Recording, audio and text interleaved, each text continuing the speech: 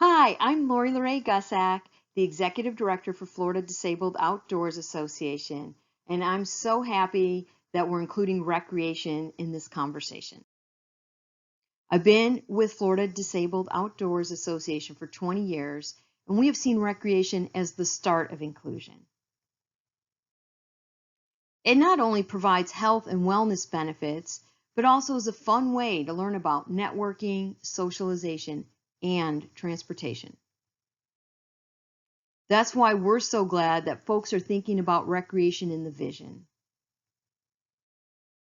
One important thing to think about is connecting pathways.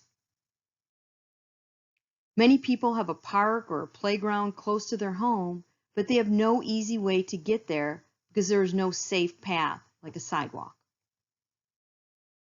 Without the connecting path, a person that uses a mobility device may not be able to get to the facility. So now you have a beautiful, accessible recreation facility, but you may not even be able to get there. Another thing to think about is who's using that pathway. It may be used by people walking, biking, electric vehicles, e-scooters, and even horses, in addition to wheelchairs. The design should accommodate this multi-use. Once we design the pathway to include someone that uses a wheelchair, it's also good for someone pushing a stroller, families biking together, etc. You get the picture.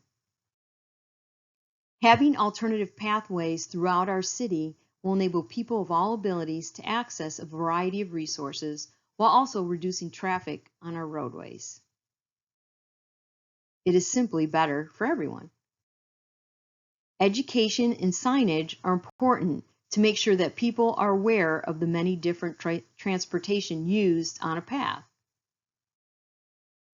It is also important for the person with a disability to know who else might be on that trail, so they can make the decision for themselves if they feel it is safe.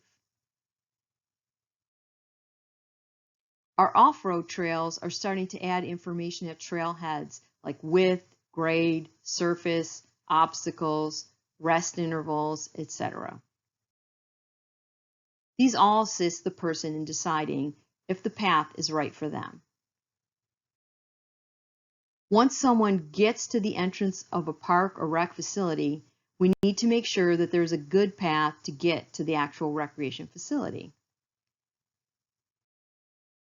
We've seen beautiful, accessible sporting facility with a wonderful parking lot and no way for someone to get using a manual chair or a walker, for example, to be able to get from the parking lot to the field.